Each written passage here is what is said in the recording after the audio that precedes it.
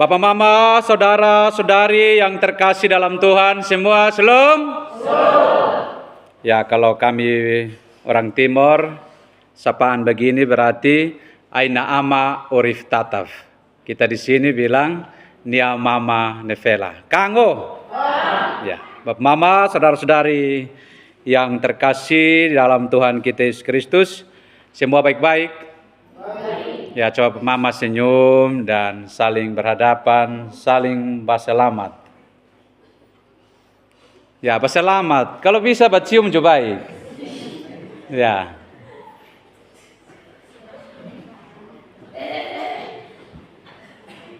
Ya, Bapak Mama, saudara-saudari yang terkasih, ada satu buku yang ditulis oleh J. Aritonang dengan judul Perjumpaan Kristen dan Islam. Di situ ada mengutip kalimat Soekarno yang mengatakan bahwa jas merah. Jas merah itu artinya jangan sekali-kali lupa sejarah. Tadi Mazmur juga di Mazmur 78 ayat 1 sampai 8 pelajaran tentang sejarah. Bangsa Israel tidak melupakan sejarah penyertaan Tuhan. Kita juga masyarakat jemaat yang ada di Malepea, kita juga jangan melupakan sejarah. Sejarah itu penting. Malepea itu artinya dekat mesbah. Ada yang belum tahu? Ya, kalau ada yang belum tahu ya kita sama-sama belajar. Ya. Artinya bahwa itu sejarah mencatat, ya, bahwa ada penyertaan Tuhan yang terjadi dalam kehidupan kita. Kehidupan kita berbudaya di NTT juga ada nilai-nilai yang membuat kita yang jauh menjadi dekat, yaitu budaya cium hidung. Ya, makanya tadi saya bilang selamat ya selamat, kalau bisa cium hidung juga cium ya Bapak Mama.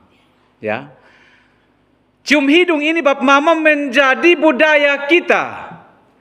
Mungkin bagi orang luar di NTT ketika melihat kita, ketika kita berjumpa, dari jauh Bapak Mama kita mau supaya kita dekat dengan itu orang supaya kita cium. Bapak Mama kadang-kadang kita cium, kita bilang, ih saya cium Ame, saya ulik-ulik kamu dulu. Ya. Jadi kadang-kadang dia cium satu kali dia tidak puas, dia cium ulang-ulang. Jadi Bapak Mama tahu kalau dia cium dia ulik-ulik berarti dia gosok-gosok dia punya hidung terus. Ya. Artinya sama seperti kalau kita lihat kita punya anak kecil, kita gemas sekali. Ya. Jadi budaya ini bagi kita di NTT sangat kental sekali budaya cium hidung. Cium hidung ini Bapak Mama menunjukkan kepada kita bahwa ada kasih sayang yang mesra. Ya. Ada kasih sayang yang mesra. Ada cinta di antara kita, maka orang berciuman. Amin. Ya. Maka hal ini juga diadopsi oleh anak-anak muda sekarang yang berpacaran. Ketika mereka berpacaran, mereka bilang, kalau kamu sayang saya, kalau kamu cinta saya, cium aku dulu. Ya. Itu. Ya, tetapi Bapak Mama hati-hati. Kadang-kadang ada unsur pemaksaan juga, ya, ada unsur pemaksaan sehingga bisa terjadi kekerasan. Orang tidak siap untuk cium, dia paksa bilang kalau tidak cium saya maka kita dua putus. Ya, jadi itu dia kehilangan nilai-nilai yang baik dalam kehidupan kita. Jadi Bapak Mama, saudara-saudari yang terkasih dalam Tuhan kita Yesus Kristus, kalau biasa kita membangun rumah tangga kita, kalau kita berjauhan atau kita pacaran berjauhan, ada lagu bilang cinta LDR, dia punya obat video call. Ya, memang Bapak Mama kehadiran itu sangat penting Bapak Mama. Ya, kalau orang galau, orang stres, maka dia harus video call. Yang LDR, yang suami mungkin pergi merantau, istri yang pergi merantau, pacar yang ada di luar sana. Kalau dia galau pasti obatnya adalah video call. Tetapi Bap Mama, apakah video call itu juga menjamin waktu yang lama? Tidak bisa Bap Mama. Waktu yang lama tidak menjamin orang bahagia. Tidak menjamin. Jadi artinya bahwa kasih sayang juga membutuhkan kedekatan seseorang. Ya. Kasih sayang juga membutuhkan yang namanya pertemuan. Tapi kalau jarak jauh terus, orang tambah susah, bukan tambah senang. Jadi yang muda-muda dong masih pacaran jarak jauh, nah kontak sudah kok dong datang kok badekat-badekat sedikit.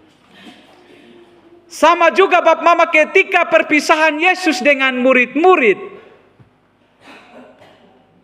Yesus dia mati dan bangkit. Ada perpisahan antara Yesus dan murid-murid yang membuat relasi antara murid-murid dengan Yesus itu agak rentang. Dan ketika perpisahan itu terjadi Bapak Mama, murid-murid ini susah, hati mereka galau. Ya, seperti kita yang cinta LDR. Hati mereka itu galau. Mereka susah sekali karena Yesus tidak hadir bersama-sama dengan mereka. Teks kita hari ini Bap Mama, saudara-saudari yang terkasih dalam Injil Yohanes pasal 20 ayat 19 sampai 29. Ketika Yesus mati, mereka mengurung diri di rumah. Dan ketika mereka ada di rumah Bap Mama, mereka sangat takut dengan orang-orang Yahudi. Karena apa? Orang-orang Yahudi juga mencari murid-murid juga. Jadi Bap Mama mereka hidup dalam ketakutan. Mereka tidak nyaman untuk menjalani kehidupan mereka. Lalu kemudian mereka tutup pintu semua. Jadi sama dalam bacaan ini Yesus menampakkan diri kepada murid-murid. Ketika Yesus menampakkan diri itu pada saat situasi di mana bahwa murid-murid ini ada dalam rumah dan pintu-pintu itu tertutup. Dan sama juga dengan ketika Yesus menampakkan diri kepada Thomas, itu juga dalam suasana pintu rumah itu tertutup. Itu artinya bahwa menggambarkan situasi yang mereka alami adalah ketakutan. Takut karena orang Yahudi cari mereka, takut karena mereka menjalani kehidupan mereka sendiri tanpa Yesus. Jadi mereka takut sekali Bap Mama. Lalu kemudian dalam ketakutan, dalam kecemasan, dalam keraguan itu Bap Mama, Yesus hadir. Yesus menampakkan yang pertama itu kepada murid-murid selain Thomas. Jadi pada saat penampakan itu pertama kepada murid-murid, Thomas tidak ada. Tetapi Bap Mama, saudara-saudari yang terkasih, menarik di sini bahwa Yesus tahu apa yang mereka sedang alami. Yesus tahu kebutuhan murid-murid. Karena mereka sedang ada dalam keputusasaan, sedang dalam ketakutan Bap Mama. Tidak mungkin Yesus hadir membawa ketakutan lagi. Tidak. Tetapi ketika Yesus hadir Bap Mama kita perhatikan, sapaan yang ia sampaikan adalah damai sejahtera bagi kamu. Nah, perkataan tentang damai sejahtera ini Bap Mama kita perhatikan di ayat 19, ayat 21 dan ayat 26 dalam bacaan kita. Artinya bahwa damai sejahtera bagi kamu ini berulang-ulang kali Yesus sampaikan. Artinya bahwa kehadiran Yesus ini memberikan kekuatan yang baru.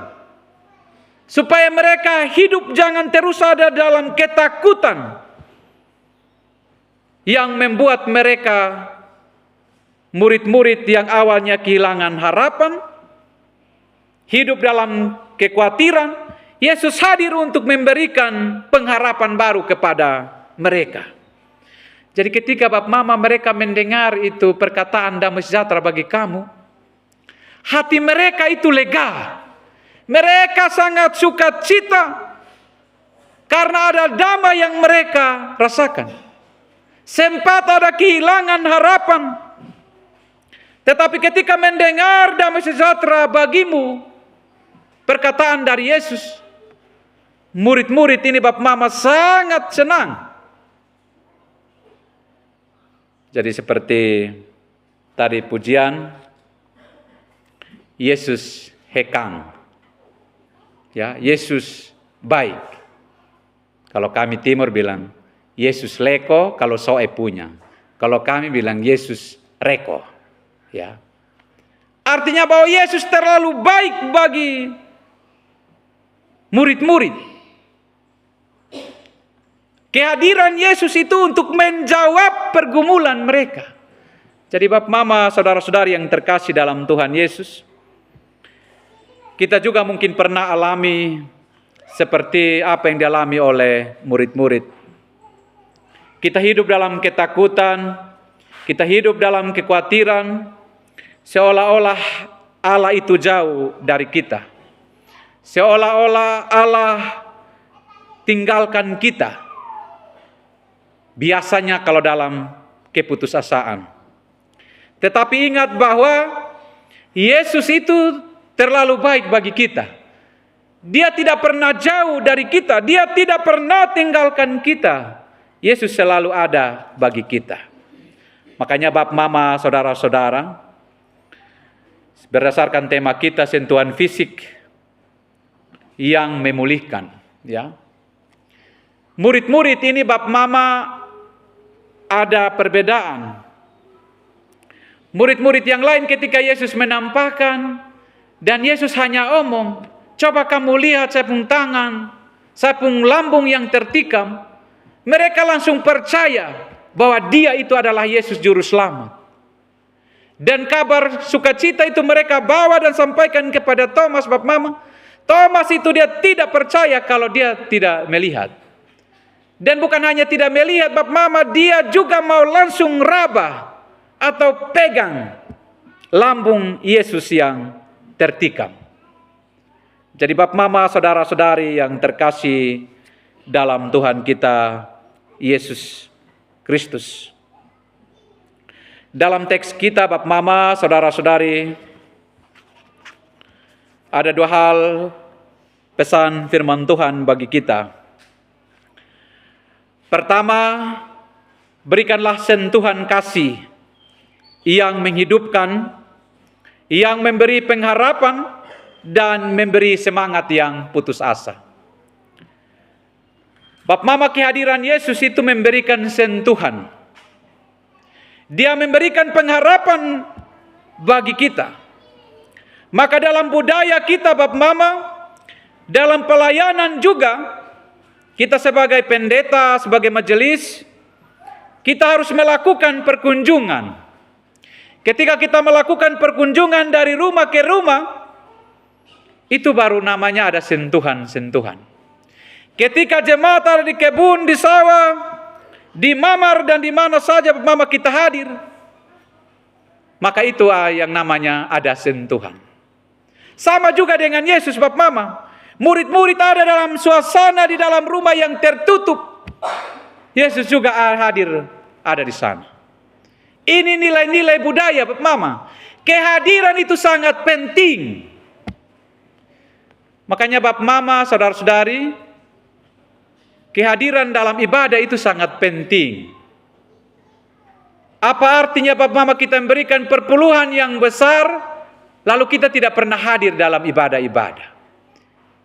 Jadi omong soal kehadiran ini Bapak Mama sangat menolong setiap orang. Kalau murid-murid hanya mendengar dari orang Bapak Mama, mereka tidak akan percaya dan mereka tidak akan mendapat kelegaan. Mereka tidak akan mendapat sukacita. Makanya Bapak Mama, saudara-saudari, ketika kita berbeban berat dan kita datang kepada Tuhan, kita akan mendapat kelegaan. Jadi budaya bangsa Israel ada nilai-nilai yang mereka wariskan kepada anak-anak. Sejarah membuktikan bahwa bangsa Israel tidak boleh melupakan Tuhan. Ada penyertaan Tuhan yang memimpin bangsa Israel keluar dari Mesir, masuk ke tanah Kanaan. Maka mereka harus mewariskan iman itu kepada anak-anak. Jadi warisan kita Bapak Mama, kalau kita hidup takut Tuhan, kita wariskan kepada anak-anak kita, maka anak-anak kelak juga akan takut Tuhan. Ada amin? Tapi kalau kita hidup jauh dari Tuhan Bapak Mama, kelak juga anak-anak akan jauh dari Tuhan. Bapak Mama, di Timor ada falsafah bilang nekaf mese ma ansauf mese. Kalau kita di Alor, di Abui dan pada umumnya dikenal dengan falsafah taramiti tominuku. Bapak Mama, kita ini berbeda kampung, berbeda bahasa, berbeda suku. Tetapi nilai-nilai yang ada dalam budaya kita memperkuat kita untuk saling mengasihi satu dengan yang lain.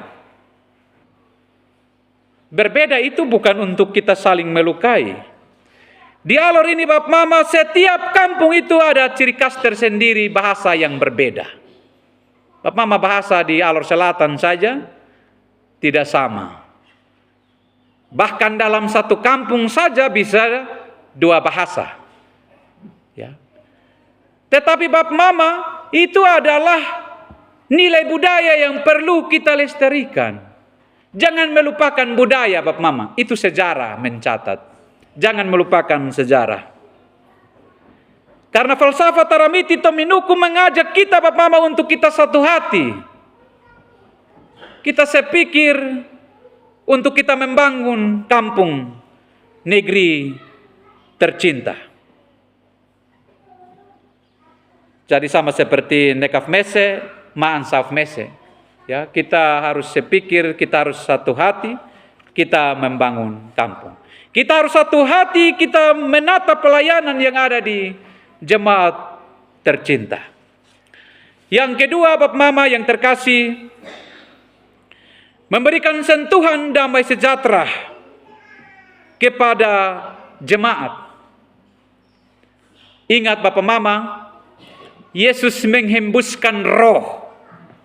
Ya, kalau kita perhatikan bacaan kita pada saat ini, setelah Yesus menghembuskan roh, memberikan roh kepada, hanya roh itu merupakan daya atau kekuatan kepada murid-murid yang lemah. Tetapi Alkitab kita juga mencatat Bapak Mama, setelah di ayat ke-22, Yesus bilang, terimalah Roh Kudus. Artinya roh itu merupakan daya kekuatan bagi murid-murid. Kekuatan ini yang akan membuat mereka untuk terus bersaksi, terus berkarya di dalam pelayanan. Jadi Bapak Mama, ketika ada dalam pelayanan, terkadang kita lemah. Memang secara manusia pasti ada banyak masalah, sepertinya kita mau lari. Tetapi ingat bahwa sama seperti murid-murid, ketika Yesus mati seolah-olah mereka berpikir bahwa Yesus tinggalkan mereka. Jadi mereka itu sangat lemah secara iman. Tetapi ketika Yesus hadir dan memberikan roh kehidupan kepada murid-murid, artinya bahwa ada kekuatan untuk mereka terus bersaksi kepada Tuhan. Jadi Bapak Mama, dalam kelemahan kita, Yesus hadir untuk memberikan kita daya. Yesus hadir untuk memberikan kita kemampuan untuk kita bersaksi. Jadi tugas kita Bapak Mama, kita memberikan sentuhan damai sejahtera kepada jemaat melalui ibadah karya. Ya. Ibadah karya itu Bapak Mama Dalam jemaat juga kita harus ada pengembangan ekonomi jemaat. Kita juga harus peduli terhadap pendidikan. Kita harus mendorong anak-anak kita supaya mereka sekolah. Tetapi Bapak Mama Damai Sejahtera juga, kita harus mendorong anak-anak tanamkan nilai-nilai rajin bekerja. Ya. Budaya kita Bapak Mama mengajarkan kita orang harus bekerja. Kalau tidak bekerja Bapak Mama pasti lapar. Ya, orang kalau tidak bekerja ujung-ujung pasti lapar. Ya. Orang mau hidup baik, orang mau hidup sukses Bapak Mama, budaya kita mengajarkan bekerja dan bekerja. Boleh berdoa Bapak Mama, tapi jangan lupa bekerja. Boleh bekerja Bapak Mama, tetapi jangan lupa berdoa. Kadang-kadang kita lemah itu Bapak Mama, budaya kita mengajarkan kita bekerja, tetapi kadang-kadang kita lupa dengan Tuhan. Yesus terlalu baik bagi saya dan Bapak Mama semua. Kenapa hari Minggu kita melupakan Tuhan kalau Yesus baik bagi kita?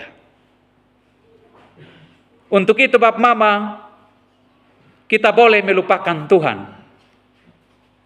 Tetapi ingat sejarah, Yesus tidak pernah melupakan saya dan Bapak Mama. Itu nilai sejarah, nilai budaya, nilai iman yang Tuhan sudah tanamkan kepada kita. Untuk itu Bapak Mama, Tuhan mengaruniakan roh kepada murid-murid, maka Tuhan juga akan mengaruniakan roh yang sama kepada kita. Tuhan akan memampukan kita untuk terus berjalan dalam kehidupan kita dan teruslah berkarya selama Tuhan memberikan kesempatan bagi kita. Tuhan berkati firman-Nya. Amin.